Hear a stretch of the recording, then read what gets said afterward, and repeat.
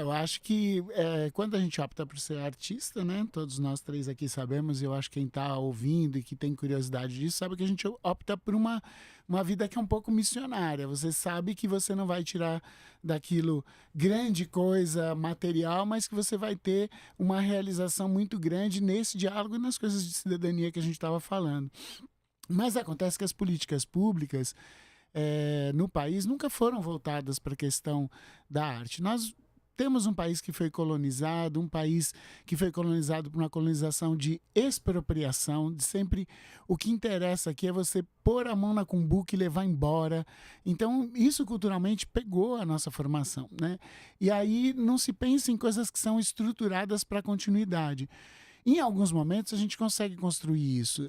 Acho que a Georgette é de uma geração um pouquinho mais à frente, mas que juntos a gente conseguiu estabelecer, por exemplo, a cidade de São Paulo, um programa, uma lei que não é de governo, é uma lei que tem que ser seguida por todos os governos, que é a lei de fomento Do ao qual teatro. você participou também da redação, né, Hugo? Sim, foi uma das eu fui um pessoas dos que participou. redatores da lei. Éramos 3 redatores atendendo a assembleias. A gente discutiu muito o que seria essa lei e ela vingou ali no início dos anos 2000 e ela produziu muito para o teatro na cidade de São Paulo porque ela era voltada única e exclusivamente para grupos com pesquisa e trabalho continuado.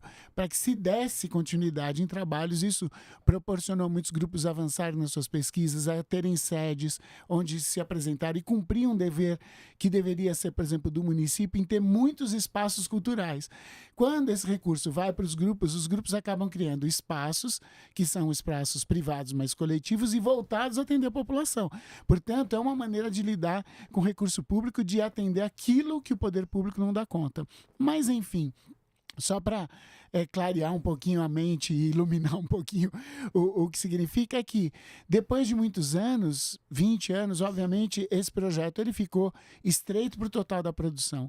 Em um determinado momento, se criou uma outra lei, a Lei Zé Renato, em homenagem a um grande artista do teatro de arena, o Zé Renato, e em homenagem a ele para produções eventuais. Ou seja, todo mundo tem o direito de se juntar de uma vez, fazer uma peça e depois não se juntar mais.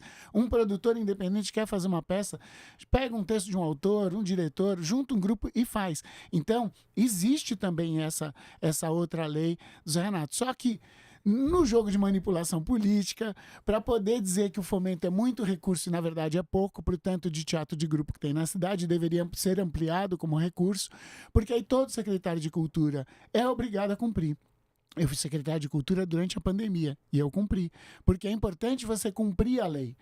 Se um secretário não cumprir a lei, ele vai ser acionado pelo Ministério Público sobre isso. Ele vai ter que prestar contas ao Tribunal de Contas do município. Então, ele tem que cumprir, porque não é uma política de governo, é uma política de Estado. Falta isso em termos estaduais, federais, isso seria um exemplo. Acontece que hoje a discussão é assim, ali é muito recurso, está indo só para os grupos, não tem outras produções. Tentam jogar numa vala confusa e não comum, para a população não entender. Então é importante a gente deixar bem nítido que uma coisa é o programa de fomento, que é um programa muito amplo, muito importante para os grupos da cidade de São Paulo, como também existem outros mecanismos, né?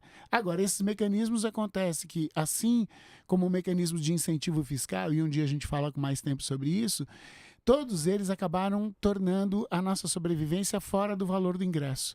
Hoje, não é o público exatamente que sustenta os espetáculos de teatro, na sua maioria são sustentados com exceção do por Antônio editais, Fagundes, né, que falou. consegue fazer essa proeza maravilhosa.